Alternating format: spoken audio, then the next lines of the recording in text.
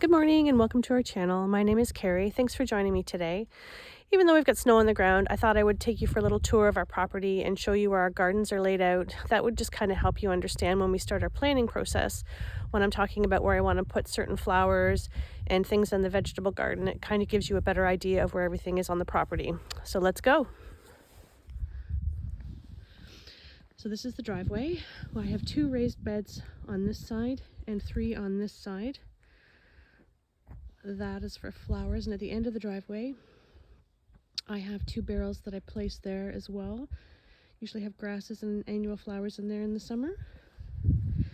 We're going to come to the front. Oh, and here is my trusty companion Berkeley. Come on, bub. This is along the front of the house. We have gardens pretty much full of perennials in here. Lots of violas, some lily. I have a red maple here, Chinese red maple, a dwarf. I have some hydrangeas, lavender, lots of different types of perennial flowers. Some columbine, some lupin. And as we come around this side of the property, you can hear the crunch of the snow. It's a pretty chilly day today. That's where our apple trees are. We have an apple tree, a cherry tree, an apple, and then a pear tree. We planted the pear tree last year. It didn't do so well. It was such a hot, dry summer. It did get its legs, so it should be okay for next year. But fingers crossed. Okay, we're coming upon some of our first beds here.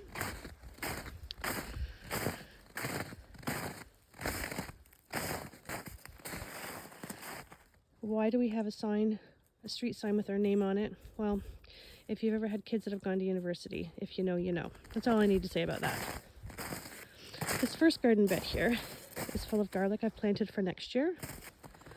Probably will use this bed for onions. These are Andrew's grapevines. We had a great crop last year. Hoping that this year produces an even bigger crop. One of my favorite places to be. We spend a lot of time in here in the spring. I actually come out sometimes in the winter if I'm going to be doing any planting.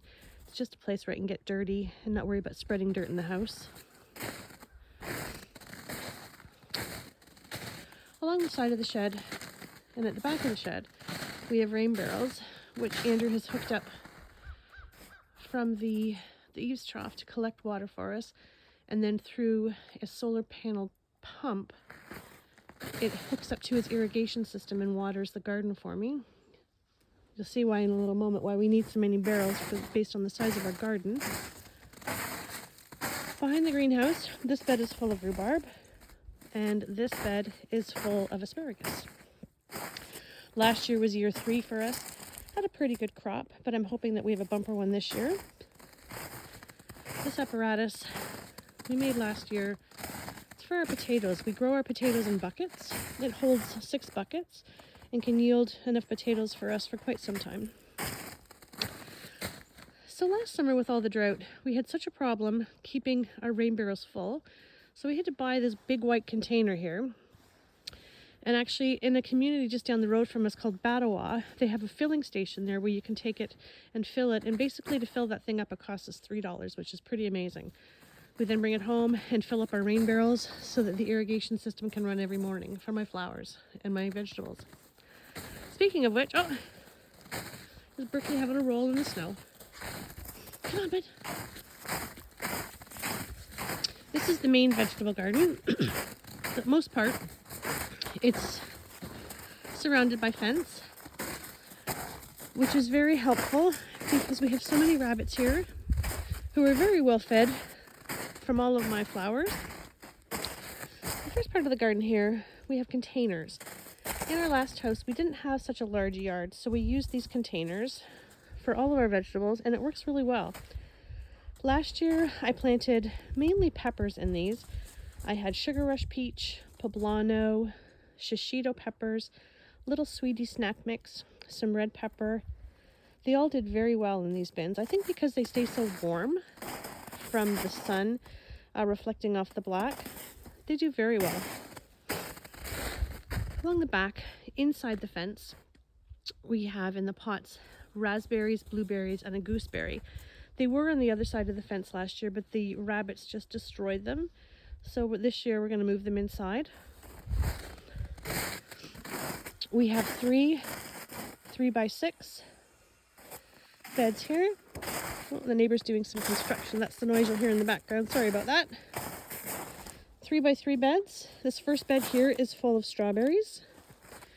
And 3 more 3x6 beds within the enclosure. And then last year, we decided to expand our garden because why not? Here's some 3x3 beds along the outside with some cattle panel. So we have 3 on this side, this little corner garden, and 3 more. Worked really well for our cherry tomatoes. The squash this year we got invaded by squash bug, so I didn't have much success, but I'm hoping next year to be on top of that. What's the matter? Hoping to be on top of that and make use of these panels, and hopefully we'll have a good crop of some squash and pumpkins this year. Speaking of pumpkins, the back of the property here, you can see just where it ends into the forest area. We back onto a farmer's field. Actually, the size of our property is about 1.7 acres. So at the back, along the back here, and the side, just until behind the pool there, that's all forest. And within there, we spent a lot of time clearing a lot of grapevine, clearing paths, and then putting down some wood chips so we have paths. So the tractor can fit through there, but also just some great walking paths for the dogs, for us, and for our grandkids. We have a lot of fun back there. But I was thinking this coming year, this area behind the fire pit here, it's so very sandy and nothing really grows that great. The grass doesn't grow that great. So I was thinking I might try and make a pumpkin patch back here, see how that works out. So I'll keep you posted on that. And our plans, we'll see how that works out. All right, Berkeley and I are gonna make our way back to behind the house and show you a few more garden spots. It's such a beautiful day. You'll notice the little green paths in our backyard. Our dogs are older and they struggle with walking through the snow, so when we do get a snow, Andrew snow blows paths for us in the back so it's easier for the dogs to get around. In front of the shed here, I have 2 containers.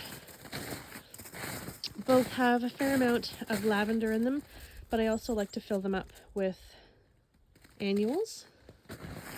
I just find with annuals, you have so many different beautiful options. They last longer than some of the perennial flowers I have, and they're just so much fun to grow. I really enjoy it.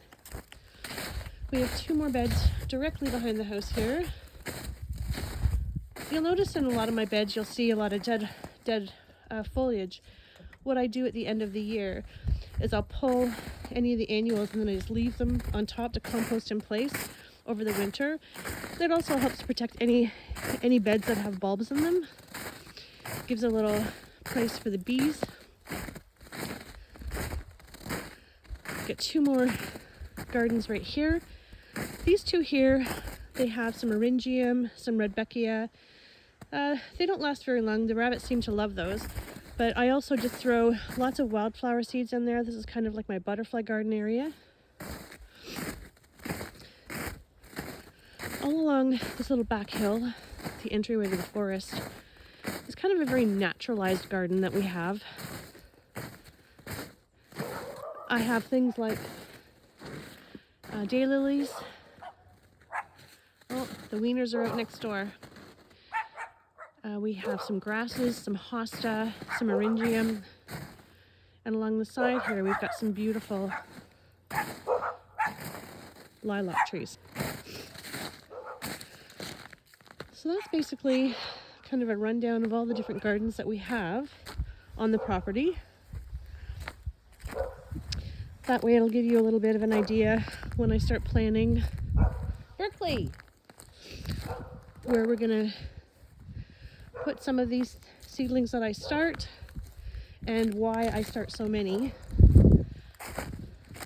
I do enjoy starting things from seed. I like to share them with my neighbors, share them with our family.